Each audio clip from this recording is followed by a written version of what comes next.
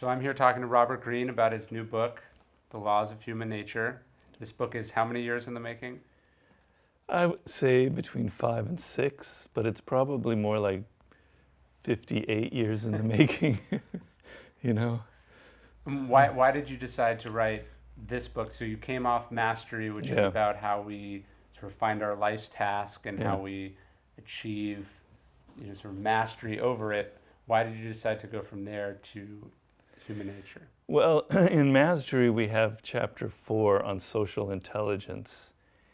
And one thing was readers really responded to that chapter. They really liked it. But I got the sense that they wanted more. Like, could you expand this?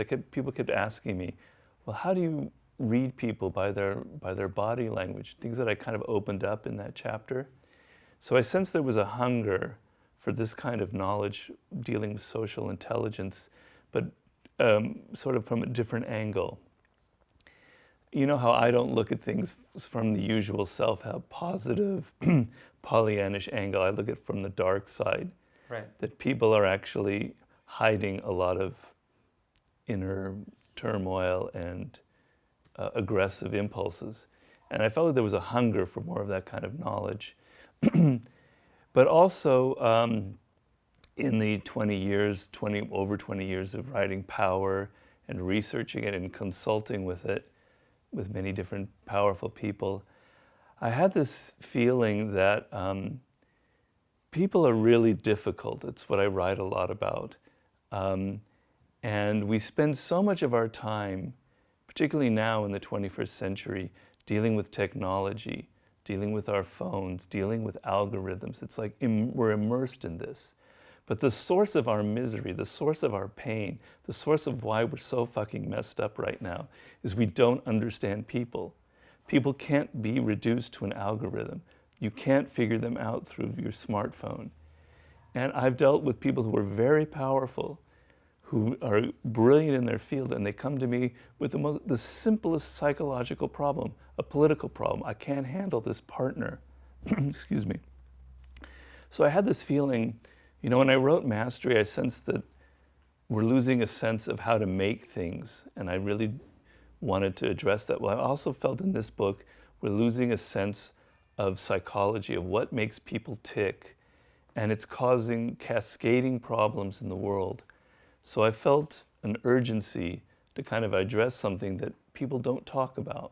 And so mastering this social intelligence, as you call it, why is that something that the average person needs to know? I get why maybe the president needs to master social intelligence, but if I'm a writer or I'm an athlete or I coach a football team, walk me through the case for Well, social I mean, intelligence. consulted with athletes, a very high-level NBA basketball player. He came to me, I won't say his name, because the owner of the team was messing with him. Like, he was obviously wanting to trade him, but publicly he was saying all sorts of, he couldn't figure him out. And it really was hurting him psychologically, and it was affecting his game, and it was messing with his relationship with his wife. So it's ridiculous to think that in some field you're not having to deal with people. If you're a parent, you have to deal with your child, and children are extremely difficult. They're extremely resistant to your will. They don't want to do what you want them to do. Right. How do you deal with that? If you're bad at dealing with people, if you don't understand their psychology, if you push them too much and they resist you, you respond and react, and you get kind of defensive and bitter and resentful. And what happens is your mind is consumed 24 hours a day with, damn it, this person didn't answer my email. Damn it, this person didn't do that. It's wearing away at you. It's eating your mental space. You have no mental space for creative endeavors, for actually doing your work. It drains you. It emotionally drains you. You're imbalanced because you're constantly thinking about what people aren't giving you. I want you to reverse that perspective and think of what you're not giving people, other people, so that you can actually begin to change this dynamic and get out of that sense of waiting and passivity. And when you sit down to research a book like this, walk us through your research methodology, because obviously I was your research assistant, and so I know it, and it changed how I come up with ideas and brainstorm and collect information. But how does that process work for you as you start to hone in on an idea that you're By the way, you were the best researcher I've ever had. Thank I you. wish I could clone you. I would like you to let me keep doing it, but you won't. Oh, you're too powerful. I saw that you were like number 6 on Amazon's business writer list. How can I hire someone like that to do my research? It'd be ridiculous. But anyway, I'll consider that for the next book. Okay. But well, the research process is very laborious, but there's a method behind the madness, which is I try and keep an open mind. Now, I have a bias towards human nature, towards people. My bias is negative. I tend to think people are actually worse than they probably are. Okay. As opposed to Steven Pinker, who thinks that people are probably better than they actually are. I admit my bias, Yeah. so that helps me. I know that that's there. But I want to combat my bias and open my mind up to all the information. So my process was to start reading books that would kind of open up different vistas on human nature. So a lot on neuroscience, Ramachandra and Antonio Damasio, about how we process information and things about our emotions and how the brain processes emotions. I read a lot of books by psychologists from the classic period, the period when these people aren't very fashionable now, like Carl Jung, like Heinz Kohut, like a man named Ronald Fairbairn, Wilfred Bion. An incredible resource of amazing information about people. Like, for instance, there's a psychologist named Melanie Klein who spent her whole life studying infants and the psychoanalyzing infants. Can you imagine what that's like? Now, if you're looking at from a mastery point of view and 10,000 hour point of view, she spent 20,000 hours studying infants and their psychology. She understands them on a level that's amazing. Right. So these people have an incredible resource, these psychologists. So I went into that. I went into anthropology. My particular bias is that humans have always been aggressive and have these sort of darker impulses and have been irrational. And so there are a lot of anthropologists that have been discussing that lately, about how primitive people were quite warlike and had very high murder rates. But there are other people who argue against that. So I had to read the other side. All sorts of other fields that I went into. A lot of philosophers are very wise about human nature, people like Schopenhauer and Nietzsche. And then novelists. I actually read novels because some of the most perceptive people are writers who understand, who are great observers. So speaking of that, one of the things I think is interesting in the genre that you write in, I think you were a pioneer in this, is that, so you did all this academic research, and most of the time when people do that, then they're like, this study says X, or they write about from their own personal experiences.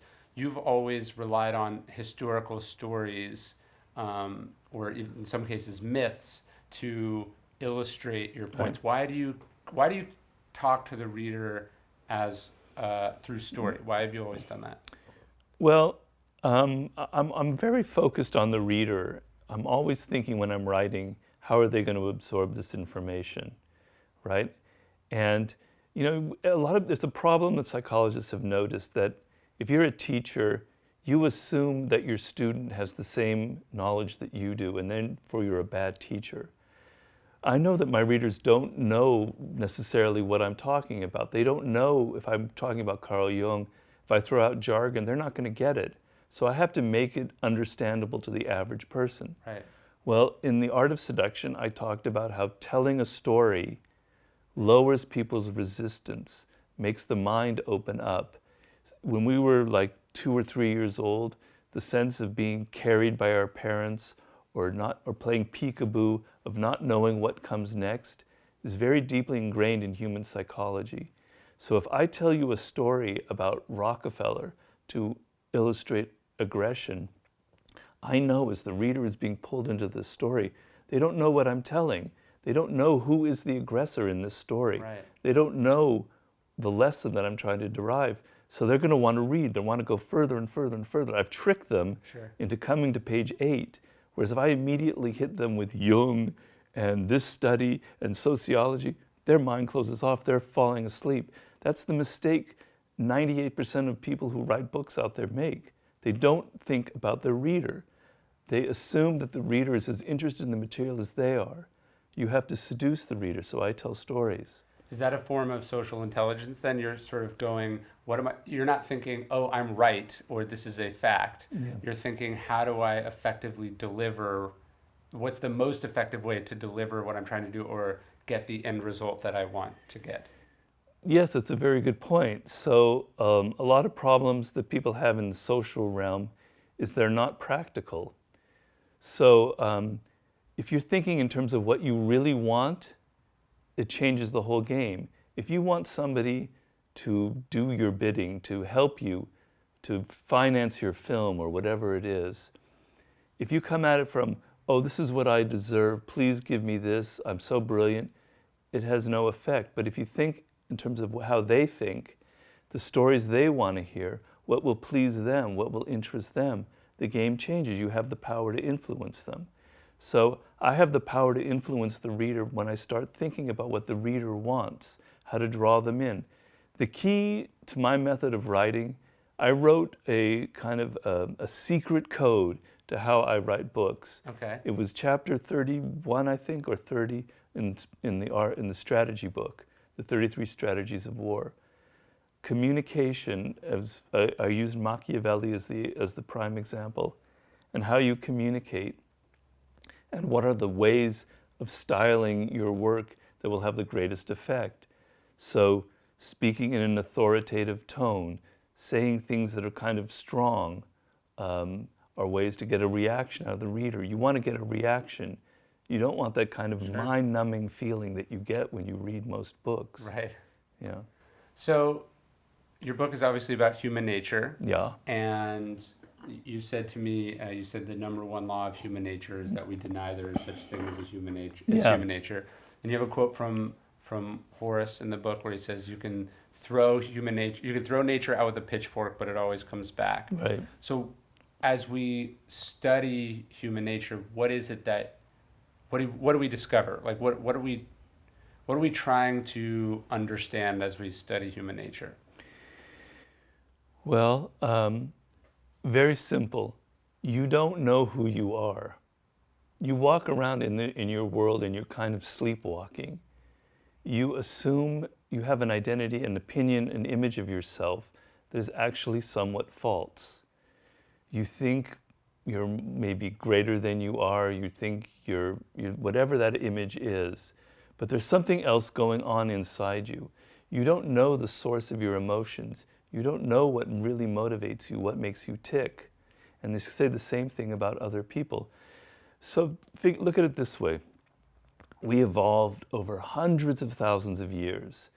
Throw away, it's not like we suddenly changed in 1970 and became this incredibly technocratic, sophisticated, Pinker-like human being. Yeah.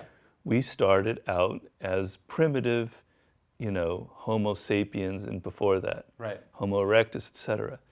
And in that period, we were formed. So many things were formed about us, such as, just take one example, how we are so susceptible to the emotions of other people. Sure. Virality, memes, etc. Well, that's something deeply ingrained because in our earliest ancestors, the ability to be affected by the emotions of other people was a key to their survival. Sure. Well, that is so deeply a part of us now, and we don't think of it. We don't understand that. So when you're interacting with people, you're being influenced by them in ways that you're not even consciously aware of because of this susceptibility to other people's emotions. I call these primitive forces that are operating in you. These primitive forces, there are 18 of them, is what I call human nature. And so they're actually governing your behavior, and you're not very aware of it, and they're governing other people's behavior. I'm trying to open up this world to you and give you like a key to decoding some of the things that are so mysterious. One of the primitive forces you talk a lot about in the book is envy. How either we're driven by envy and this is motivating us and we don't understand, or how we need to be cautious of and aware when other people are driven by envy, and that this is something we want to be both aware of and cautious about. Yeah, I differentiate passive envy to active envy. Okay. So passive envy is something all of us feel. And what I really want you to do in this book is I want you to start being honest with yourself. Because I think if you're honest with yourself, you become a better human being and you're happier. Mm-hmm. So nobody likes to admit that they're envious, but everybody feels it. So you were my disciple, or whatever you want to call it, mentee, not Apprentice? disciple, apprentice, not disciple. That was a bad word. Protege? Protege, thank you. And then I read that you're higher up on the business list of writers than I am. Okay, I can't. That was only because my book was for sale for $1. So it's very temporary. Okay, it doesn't matter. I'm just trying to inject some honesty. I can't help but feel a pang of envy. Right. Okay? Everybody feels that. And I explain why we feel it. Chimpanzees feel envy. It's extremely ingrained in our primate nature. Right. We are always comparing ourselves to other people. It's how the human brain operates. On a very basic level, we process information by comparing. Yeah. How is this different from that? We do this socially. How does that person have more than I do? Why are they getting this attention and I'm not? You are feeling envy. Everybody feels it. Most of the time, it's not toxic. It's just part of social life. Just accept it. Right. But then there's the toxic, active form of envy. Okay. And I talk in this book a lot about toxic people. And I have a quote in there from Schopenhauer saying that we think that evil people walk around with horns on their head, or that fools have cap and bells. Yeah. But people who are toxic are masters at disguising it. They've learned since they were 3 years old to present a normal, saintly front to the world. Envious people, and there are envious people out there, don't go announcing themselves that they're envious. They become your friend in order to wound you. They ingratiate themselves out of a secret desire to find a way to punish you. I'm trying to teach you how to identify these types before they harm you, and I have many different cues. So the idea of toxic people is definitely a theme in the book. What are some signs that you want to look for toxic people? I know you talk about Schopenhauer. He's like, you should tell someone good news about yourself and then judge how they react as a sign, for instance, that to see how if they're an envious person or not. Yeah, in the envy chapter, I talk about, and also in the chapter about body language, micro-expressions, which is a sort of a fashionable word now. Paul Ekman kind of brought that out, where you look at people, they have a half of a second of a reaction, and then they put the mask back on. Yeah. Envious people will have that little slight for half a second. You will notice if you tell them some bad news about yourself, a little smile will appear on their face. Yeah. Or if you tell them some good news, a little bit of something unpleasant will cross the face for just a millisecond. Yeah. And Schopenhauer said you can find these people out by deliberately telling them something good that's happened to you or something bad, and they will reveal themselves. But, there are certain chapters that I focus on very toxic qualities like envy, like the shadow, like the repression, like aggression, like short-sightedness, people who can't think past their nose. Yeah. And I'm trying to give you ways to identify them. So one of the most important keys is extreme behavior. Okay. So when someone reveals to you something, a very, what I call emphatic character trait, they are hyper-confident, hyper-secure, hyper-aggressive, hyper-masculine, hyper-sensitive or temperamental, or very snobby about things. They're concealing something. They're generally concealing. Compensating for something? They're compensating. They're concealing what is probably the opposite quality. Okay. And they've learned that from very early on. So if you're an aggressive person, always trying to get what you want from other people, you learn by the age of 11 that turns people off. So you learn to present a different front, like a charming front, and lure them in. So I want you to be aware of appearances are deceptive, People don't announce their toxicity to you with a trumpet blaring. Right. They disguise it, and they'll disguise it by presenting often the opposite appearance. So if somebody is so nice to you, you meet them, and they're immediately wanting to do you favors, and they're like, love your work, and they do this, that, and the other, probably there's something else going on under the surface. Right. Probably they're probably passive aggressive. Interesting. So there are other signs, and each sort of toxic type has its own kind of identifying mark. Like I talk about aggressive people and how you can decode them often from their body language, their tone of voice. But the other thing about aggressive people, which is a toxic type, and I don't mean we're all aggressive, so I try to get that out of the way. It's not like, oh, some people are aggressive and some others. All humans are aggressive, but there are toxic aggressive types. And what I want to train you, the reader, to look at is to not look at what they say or their appearance, but to look at their actions and the patterns of their behavior. So for instance, I talk about Howard Hughes in chapter 4 as somebody who's got a very weak character, who was a horrific businessman, and people were lured in by his image of this sort of maverick aviator, kind of, great Hollywood person, etc. But if you looked at the patterns of his behavior, you would have seen that he was actually quite toxic. So stop looking at what people say about themselves and look at their actions.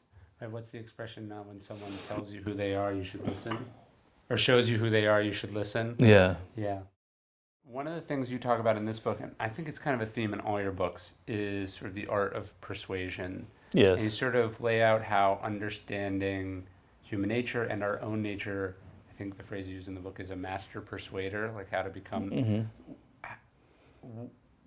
What do I need? What does a person need to know to be better at persuasion? Well, the first thing that I try and do, there's a chapter in there, what I call is people have a self-opinion. And what I mean by that is you, Ryan, have an idea of yourself. Right. And that idea of yourself is, I'm very self-reliant, I'm very disciplined, I'm a good person, I'm conscientious. I don't know what else is. I'm a good father. Sure. They're mostly positive things, but there'll be negative things in that opinion of itself. I could be better at that. It's how you think of yourself, okay? Yeah. And it anchors everything that you do. If you go buy a car, you're going to buy a car that sort of meshes with that self-opinion. Right. If you think of yourself as being extremely good with money and successful, you'll buy a Mercedes.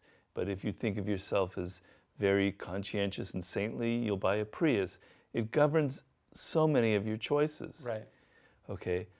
When you are trying to persuade somebody or have influence over them, you are generally not thinking of this opinion that they have of themselves. Right. You're coming from yourself. You're thinking of what you want. You're projecting onto them qualities that they don't necessarily have. Or see in themselves. And if you inadvertently say or do something that doesn't mesh with their self-opinion, a door will close that will never open again. You've lost them, right?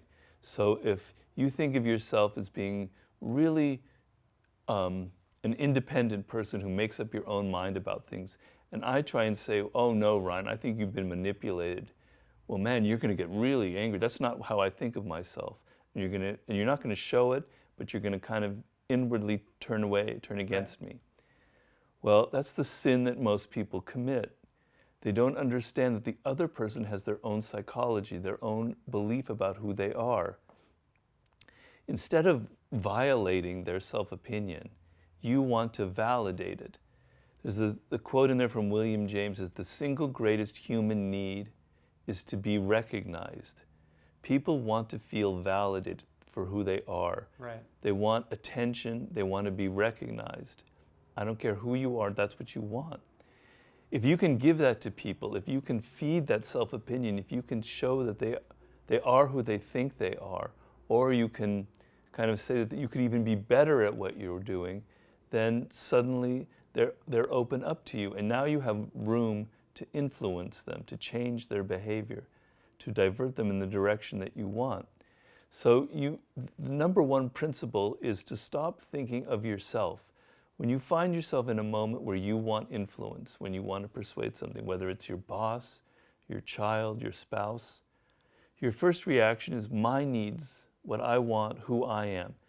If you can train yourself, and it takes time, to stop that and to think of them and to put yourself in their position and to think of their psychology and of how they think about themselves, you've already come an incredibly long way towards having the ability to persuade them. It's kind of remarkable to me, given your book's reputation as being ruthless and heartless and aggressive, that probably the number one theme in the laws of human nature is empathy. It appears in almost every law on every page about the importance of empathy. And that's sort of what you're saying there, that if you want to persuade someone, you first have to understand what they want and how they think, and they're not yourself. Well, one thing I would correct on that is, people do think of me as being amoral, Machiavellian, but all of my books are all about getting inside the psychology of the other person. So I've always talked about that. I just never used the word empathy before. That's what people are going to think, that I've changed, but I haven't.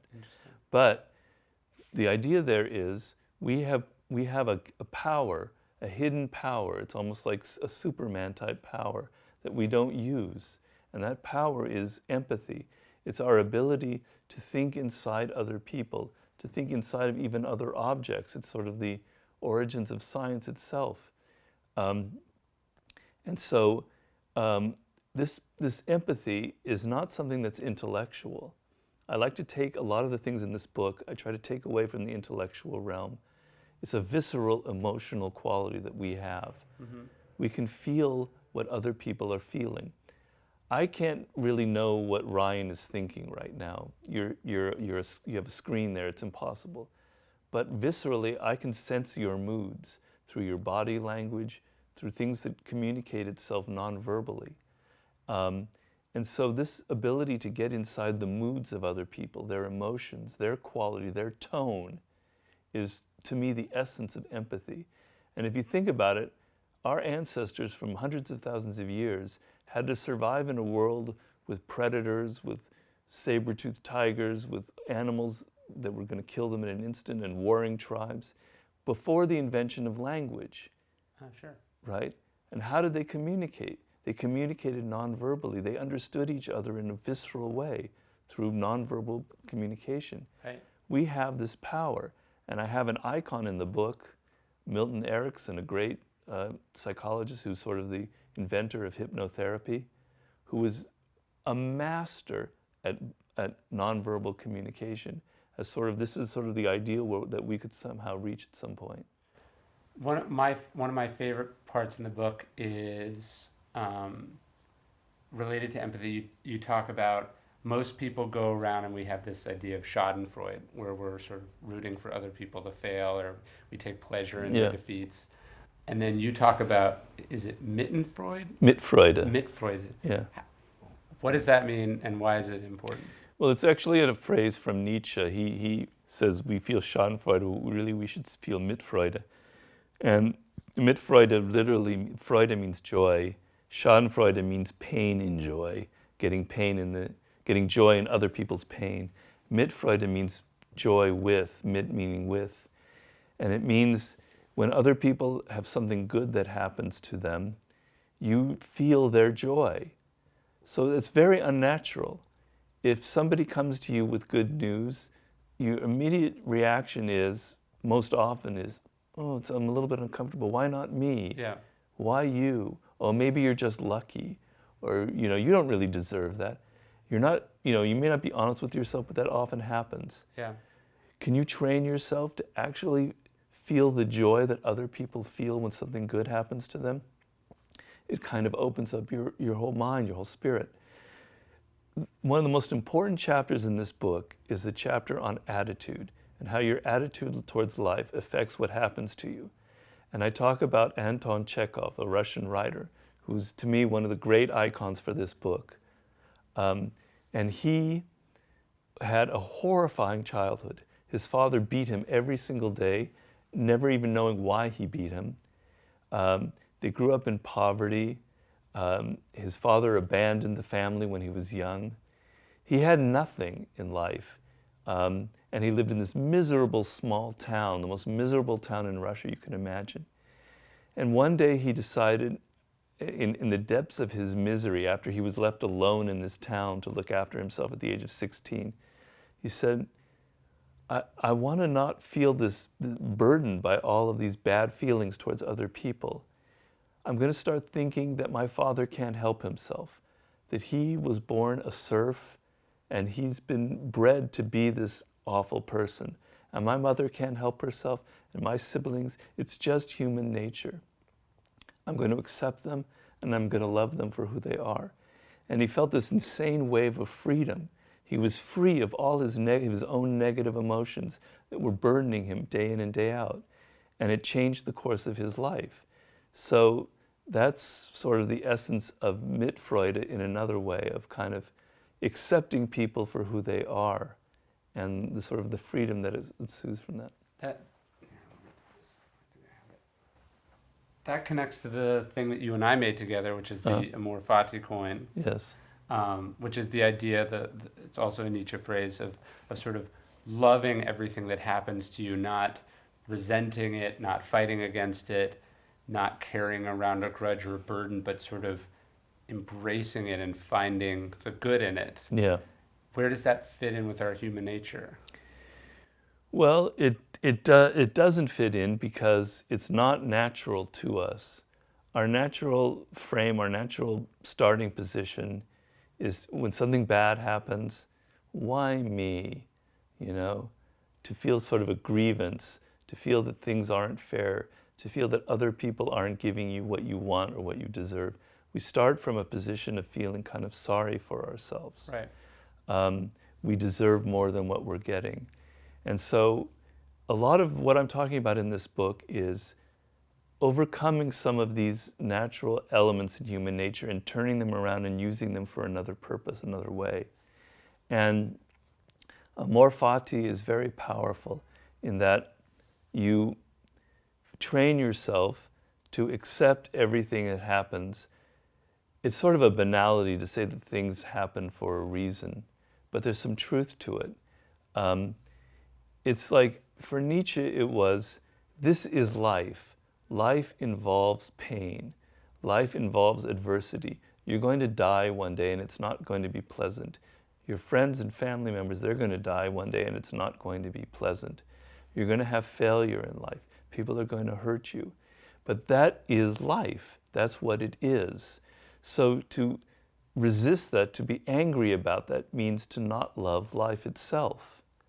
And he wanted to turn that around and for you to embrace life, because you only have one go at it, and to embrace even the pain. He was struck at a very early age. There was this woman that entered his life named Lou Andreas Salome. I talk about her in The Art of Seduction. And she wrote a poem about how I embrace the pain that life has given me. I love it. I not only accept it, I love it. And he was so shaken by that, and he thought this was such a powerful way of thinking and being. So that you're going through and you're accepting life as it is and not wanting things to be otherwise is not natural, but it's extremely powerful. And I give you ways of how you can adopt this philosophy in your life. Obviously, you've gone through some adversity in your own life recently. Yeah. It's easy to talk about amor fati, Yeah. especially when you're talking about, I'm going to love that my plane is delayed, or Yeah. that there's some trouble with the printer in my book or something. How have you tried to practice amor fati recovering from a stroke? Well, you know what that's like. You were writing a book about Stoicism and obstacles the way, and then you got robbed and you had all these things happen. Sure. And you were being tested. Well, I had a stroke, and it's like the ultimate test for me. I've never had to go through something like this because I'm somebody who's very physically active and independent, and suddenly I can't use the left side of my body and I'm completely dependent. And the initial reaction is the natural reaction. Oh man, damn, why did this have to happen? This is so unfair. Why me? if only I could just keep swimming and doing my life the way it was. I'm so upset. And I talk in the book, your natural reactions, you don't have to fight them. You have to go take the next step, which is the next day after you've gone through this, is to analyze your own emotions and why you're feeling that way. So I've had to go through that process, and it's actually been extremely powerful for me. I've had to learn to accept this as the ultimate kind of training for me, for being stronger. So this woman wrote to me, she was trying to give me advice. She said, look at this as sort of a new experience in your life, and you're going to discover new things. And I thought that was really a brilliant way of putting it. So I have to retrain my body. Every day I have to learn how to use my fingers again, like a baby. And I'm learning how the mind works. I'm learning about patience and frustration, about my own limits. And I can't necessarily say I love my stroke. I think that would be false of me to say something like that. I don't love that this happened, but I've accepted it, and I've discovered how it can make me a better and stronger person. And so, you know, you write a book and it's kind of intellectual, and then something real happens, and what you write about is something that you yourself have to overcome. And it's really been like the most major test in my life so far. And not to fast forward, because there's some other things I want to go back to, but I think it's related to what you conclude the book with, is this sort of extended Memento Mori, this meditation on our mortality. Yeah. And, you know, perhaps if the first law of human nature is we deny human nature, the second, or the last law of human nature is our denial of death and our mortality. Why is it so, why did you decide to conclude this book, which is The Laws of Human Nature, I sort of see as the culmination of all your work? Why did you conclude, why did you give the most valuable real estate in your book to death? Well, it is the end, so why shouldn't it be the last chapter? Right. It's sort of like, if I'm talking about how we have certain qualities that we have to accept, and through accepting them, try and move past them. So I'm trying to tell you, you feel envy, accept that, and now find a way to make envy useful. And I explain how you can start, instead of feeling envy, you can start feeling sorry for people who have less than you. You can start using your envy of powerful people to emulate them, etc. Well, death is the ultimate barrier for all of us, not just physically, but psychologically. I maintain that human beings are messed up, screwed up in so many ways because of their awareness of death and their fear of death. It is through this fear that we created all kinds of superstitions, that we created the idea of an afterlife. And so it's like Montaigne, I end the book with a quote from Montaigne, and he says, the ability to think about death and overcome the fear of death is the ultimate freedom. You're enslaved by this fear, you're not aware of it, it's controlling you. Overcoming it is the ultimate freedom. I have to end the book on that. But the idea is, most people are going to say, oh, that's not me, as they say for all of these chapters. The other people, they're irrational, not me. Yeah. Oh, I'm not really afraid of death. I play video games and I'm always killing people, and I watch movies and people are always dying. I'm not afraid of it. That's a cartoon version of death. Our culture was permeated with cartoon versions of death. Your death is something physical. It's going to happen to you. It's a very visceral thing. You are afraid of it. No matter how many video Black Ops games you play, you are still afraid of your own death. Sure. And that fear creates what I call latent anxiety. It makes you fearful of a lot of things in life and you're not aware of it. It makes you cautious about failure. It makes you cautious about taking risks. So I'm trying to show you that your fear of death has infected you on many, many levels. And so I compare it to this. I use the metaphor in the book. I don't use many metaphors, but this is one I use, is that death is like this vast ocean that we stand on the shore of. Most animals are not aware of their mortality. We are the only species, as far as we know, that's aware of its mortality. And here you are on the shore of this immense, vast ocean. You don't know what death is or what it's going to be. and you're afraid of it, and you turn your back to it. And we humans have the ability to explore things, to conquer our fear. And I want you, instead of turning your back, to actually enter that vast ocean and and explore it. And I show you ways of exploring the actual thought of your own mortality and how it can free you and inspire you in many ways. Do you have any rituals or practices that you use in your own life as far as meditating on your mortality and Well, I happen to be someone who's kind of obsessed with death. I have been since a child, so it's always in the back of my mind. And I meditate every morning, and not every time, but often I will try and physically think about my death and think about, I often imagine it like for some reason occurring in the afternoon. I've only seen one person die physically, and I talk in the book about how that's a real problem for us, that we no longer see anybody around us actually die. We don't Right. even see animals die. We eat animals, but we never see them die except you. So I saw only one person die. That was my father. And it was a very visceral, powerful moment. I literally was holding his hand when he passed away. And I was very close to my father. And so I could sense, in a very physical way what that meant to me. And I think about that moment a lot. But also with the stroke, I came in probably an inch away from dying myself at that time. It wasn't like a brush with death like 50 had, where he was shot 9 times in the head. I'm not trying to dramatize things. But the doctors said I was very close to having permanent brain damage and to actually getting in a car accident because I was driving that could have been fatal. And so, now that became something a lot more than just writing intellectually about it, and it's something I can think about all the time. And it probably gave you a sense of your own fragility, how you could be totally healthy and fine, and then like that.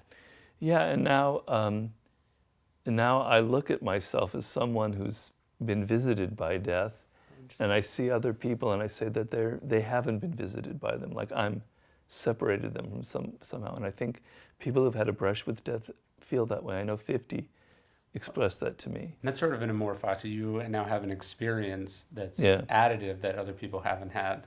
Yeah. So you've written about Stoicism. Obviously, I've written a lot about Stoicism. And we talked a little bit about this earlier, I think, but to me, the Stoics believed, we were sort of naturally rational. They talked a lot about our rational mind. They appealed to reason. It strikes me that the laws of human nature is sort of about the war between our two selves, our irrational self and our higher rational self. Yeah. And I'm just curious how you think about that battle or that process of how do we get from one to the other, or I guess descending from one to the other. Well, it's the paradigm for the whole book. It's the opening chapter. And I told you the paradigm is to understand who you are in order to change who you are. So law number 1 is we are governed by emotions. We are irrational. We think we're rational beings. We make rational decisions. We are not. We are irrational. And I pound that into your brain, showing you instant after instant why you are irrational, why I'm irrational, why you're irrational. With that awareness, you can begin to overcome it. You can say, oh, I have this particular bias. I'm always looking, the confirmation bias, I'm always looking for the information or the news that will confirm what I already believe. When you admit that to yourself, you can do the disconfirming. You can look at other information. You're aware that that your emotions come first and then you think later. I know you're a lifelong student of the Stoics, and obviously I am too. And it's, the Stoics talked about the importance and the power of reason, of being rational, of not falling prey to destructive or distracting emotions. And it strikes me that in the Laws of Human Nature, which is your new book, you're basically, your whole book is about the battle between our sort of lower irrational self and our higher rational self. And how do we get from one to the other? Well, we get from one to the other by being aware of the lower self. So the lower self is the animal part of our nature. It's what makes us react emotionally to things. It's what makes us take the path of least resistance. We try and get shortcuts. We want immediate pleasures. We become addicted to things. We eat fast food. Right. Our higher self is less strong. It's like a voice that's weaker in our brain. That higher self you've experienced when you actually had an idea and you accomplished it, you executed it, you felt incredible rush of excitement that you actually did something that you thought you were going to accomplish. You have that higher self when you are empathetic to other people and you actually care about them and do a favor for another person. You feel better about yourself. I could go on and on and on. When you overcome your own weaknesses, you feed that higher self. It's a potential that each one of us has, and it's what we want in life. Now, the Stoics talk about logos and rational self, and that's sort of what I'm talking about in this higher part of ourselves.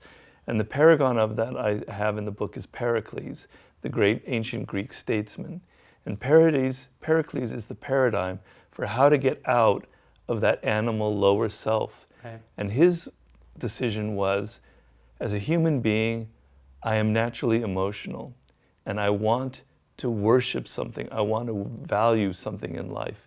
I want to say, this is something that I love. For some people, it's money. For other people, it's wine and getting drunk. For other people, it's sex. You cannot escape that that's who I am. What is going to be the thing that I worship? It's going to be reason.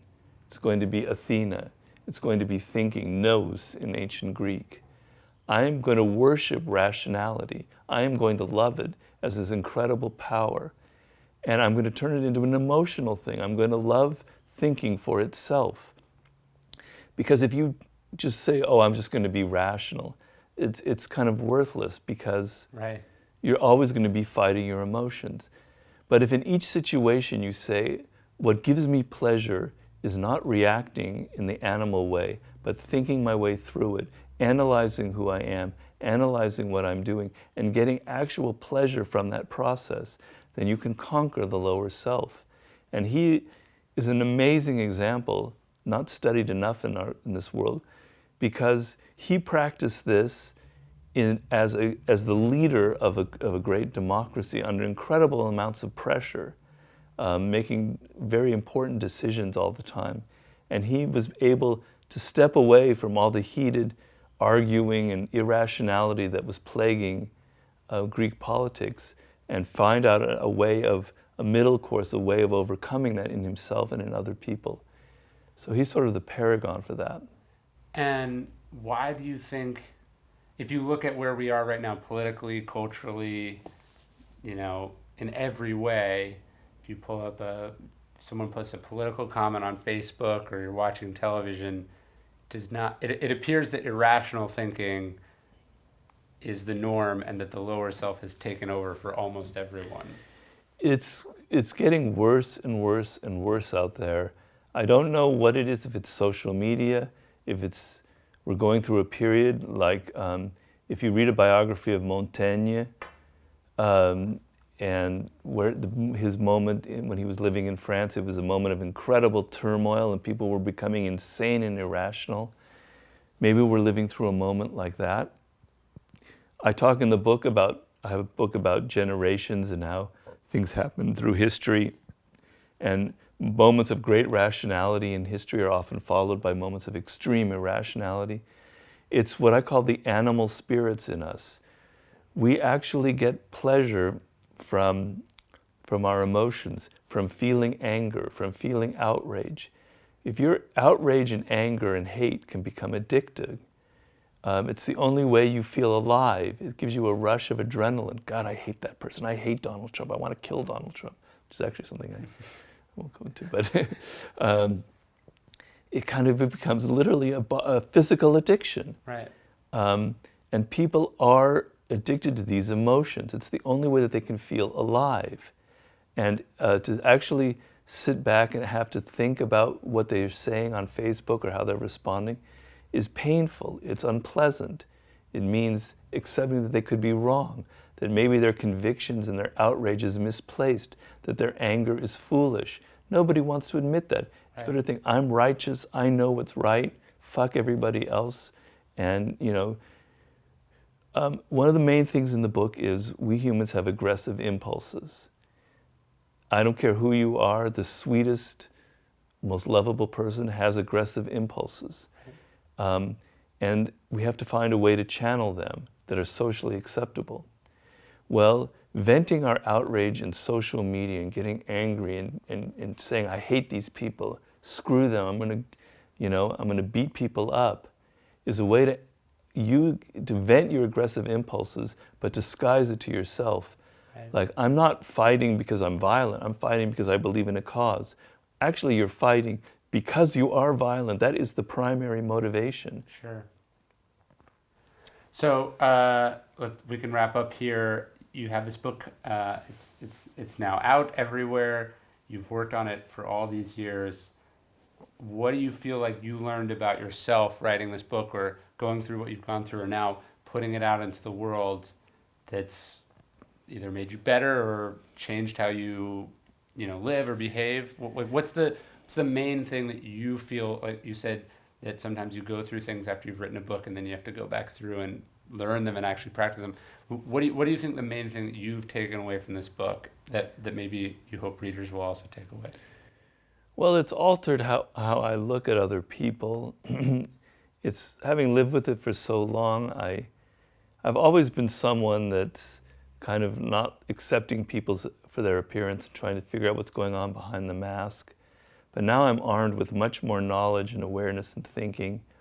But the other thing that's happened is it's made me, in a weird way, kind of humbler, in that you write a book, particularly the books that I write, thinking I've figured out the solution, I've answered this puzzle, I'm someone great, I'm God. And in writing this book, I realized, God, it's really, really difficult to understand people. The more I know, the less I know, in a way. That people are really, really complicated. I think an example that always crosses my mind is in sports, where so much now in sports is dominated by data and algorithms. But when I watch like a baseball, like the World Series or something, there's a spirit to a team, a way that they cohere as humans, Sure. a way of relating to each other that no algorithm in the world could possibly solve. It's that element of the spirit, right? Yeah. Of the esprit de corps, that will actually determine whether they win or not. And I don't care what nerd runs a team, that you can't figure that out, Right. right? So when you're interacting with people, it's complicated. It's like three-dimensional, four-dimensional chess. Sure. And so it's made me kind of humble in the sense of, I don't really know people as well as I think. And it's kind of what Socrates... And yourself, probably. And even myself. So Socrates wants you to begin from a position of ignorance. That's the source of knowledge. Yeah. The source of knowledge is that you don't know anything, and therefore you're open to learning. So this has made me realize that I really, in some ways, don't know people as well as I thought I did, and I have to constantly learn and train myself and be open. And so the book then sort of like, rather than being the end of your study of it, it's the beginning of it. It's like, I feel like the book poses a lot of big questions rather than gives you definitive answers on everything. Because you're giving data and stories, and then the reader is supposed to take that home and try to make sense of it, not just once, but over the course of their life. Yeah, I want the book, this is kind of the longest book I've ever written, and I apologize for that. It's the longest book I've written, and I'm trying to immerse you in a whole way of thinking. I want to alter how you think about people from the inside out. So it's not like I've come to you with all the answers, that now you just read my book and you have to apply what I say, A, B, C, and you will somehow magically succeed in life. Yeah. You have to take this information and apply it to yourself. You have to look at yourself and realize, think why you are irrational, when you feel envy, what your shadow is like, what your attitude is towards life.